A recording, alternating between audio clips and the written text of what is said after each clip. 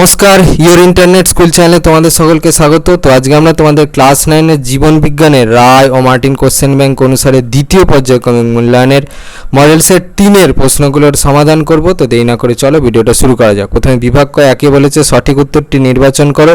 একটা বলেছে প্রদত্ত কোনটির মাধ্যমে সবথেকে বেশি বাষ্পমোচন ঘটে। সঠিক অপশন হচ্ছে অপশন সি, পত্ররন্ধ্র। পরে দিয়ে বলেছে সালোক সংশ্লেষের ফলে উৎপন্ন উপজাত অক্সিজেনের উৎস হলো। সঠিক অপশন হচ্ছে অপশন বি, H2O।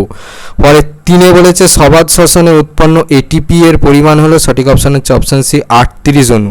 পরে 4-এ বলেছে মানুষের পৌষ্টিকতন্ত্রের কোন অংশে খাদ্য পরিপাকের সমাপ্তি ঘটে। সঠিক অপশন হচ্ছে অপশন বি, ক্ষুদ্রান্ত। পরে 5-এ বলেছে মানব হৃৎপিণ্ডের রক্ত প্রবাহ একমুখী রাখতে সাহায্য করে। সঠিক অপশন হচ্ছে অপশন ডি, কপাটিকা।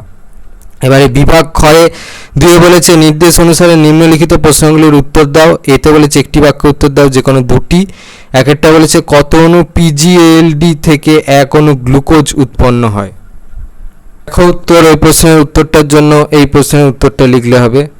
পরে দিয়ে বলেছে এ শ্রেণীর রক্তে উপস্থিত অ্যাগ্লুটিনিনের নাম লেখো। দেখো অ্যান্সার। পরে 3-এ বলেছে সালোক সংশ্লেষের আলোক দশা কোথায় ঘটে। আলোক দশা দেখো ক্লোরোপ্লাস্টের গ্রানায় ঘটে। পরে বিতে বলেছে শূন্যস্থান পূরণ করো, যে কোনো দুটি। একে বলেছে কাণ্ডে উপস্থিত ড্যাশের মাধ্যমে বাষ্পমোচন ঘটে। দেখো অ্যান্সার। পরে 2-এ বলেছে ড্যাশ রক্ততঞ্চনে সাহায্য করে। উত্তর, এই প্রশ্নের উত্তরটার জন্য এই প্রশ্নের উত্তরটা লিখলে হবে। পরে বিয়ের 3-এ বলেছে উকুন ড্যাশ পুষ্টি পদ্ধতিতে খাদ্য গ্রহণ করে। দেখো উত্তর, উত্তরটা হচ্ছে পরজীবীয় পুষ্টি। সিতে বলেছে ঠিক বাক্যের টিক আর ভুল বাক্যের পাশে কাটা চিহ্ন দাও, যে কোনো দুটি। একটা বলেছে কুইনাইন সিঙ্কোনা গাছের ছাল থেকে পাওয়া যায়, এটা হচ্ছে ঠিক। দিয়ে বলেছে মানব হৃৎপিণ্ডে একটি অলিন্দ একটি নিলয় আছে, এটা হচ্ছে ভুল। পরে 3-এ বলেছে ও রক্তের গ্রুপকে সার্বিক দাতা বলা হয়, এটা হচ্ছে ঠিক। এবারে ডিতে বলেছে এ স্তম্ভের সঙ্গে বি স্তম্ভের সম্পর্ক স্থাপন করে লেখো। এ স্তম্ভে একে বলেছে বুক গিল, দিয়ে বলেছে হিমোগ্লোবিন, 3-এ বলেছে মরফিন, 4-এ বলেছে গ্লুকোজ। বি স্তম্ভে এতে বলেছে লোহিত রক্তকণিকা, বিতে বলেছে C6H12O6, সিতে বলেছে টিসিএ চক্র, ডিতে বলেছে N2 যুক্ত রেচন পদার্থ, ইতে বলেছে চিংড়ির সাসঙ্গ।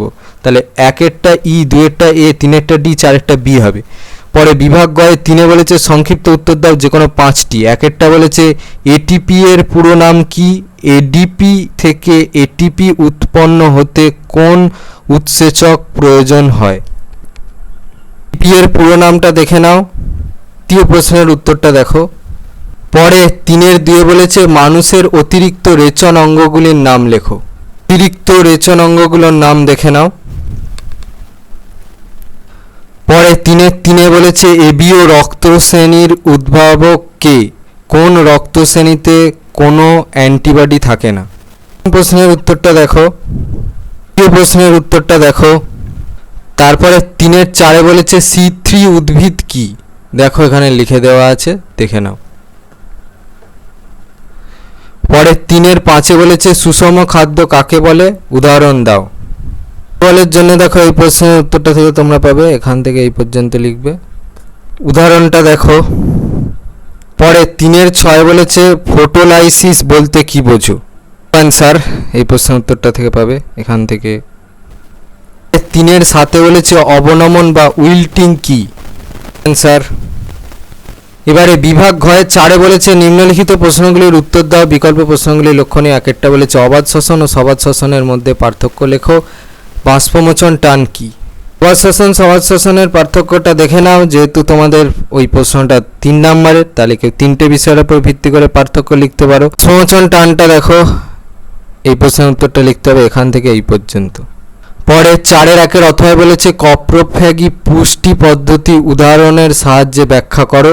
উদ্ভিদ দেহে অপরিহার্য খনিজ পদার্থের 3টি সাধারণ কাজ উল্লেখ করো।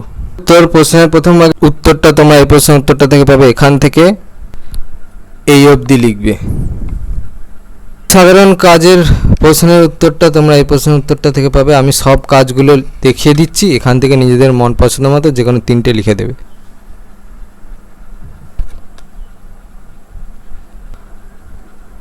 পরে 4-2 বলেছে পরিবেশে O2 CO2 এর ভারসাম্য কিভাবে বজায় থাকে, রক্ষী কোষ কাকে বলে? প্রশ্নের উত্তরটা তোমাদের দুটো প্রশ্নের উত্তর মিলিয়ে লিখতে হবে। একটা হচ্ছে এই প্রশ্নের উত্তরটা এখান থেকে পর্যন্ত, এরপরে এই প্রশ্নের উত্তরটা থেকে তোমাদের লিখতে হবে এখান থেকে এই পর্যন্ত। দেখো ওই প্রশ্নের উত্তরটা এখান থেকে পাবে, যে কোষ দ্বারা পত্ররন্ধ্র বেষ্টিত থাকে তাকে বলা হচ্ছে রক্ষী কোষ। পরে 4-2 অথবা বলেছে নেফ্রনের একটি চিত্র অঙ্কন করে নিম্নলিখিত অংশগুলি চিহ্নিত করো। বাউম্যানস ক্যাপসুল, গ্লোমেরুলাস, দূরবর্তী সংবর্ত নালিকা, হেনরির লুপ। হচ্ছে নেফ্রনের ছবি। এবার যেগুলো চিহ্নিতকরণ করতে বলেছে তোমাদের প্রশ্ন অনুসারে এখান থেকে দেখে করে নেবে।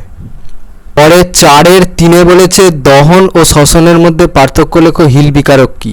দেখো অ্যান্সার এখান থেকে অবধি প্রশ্নের উত্তরটা দেখো।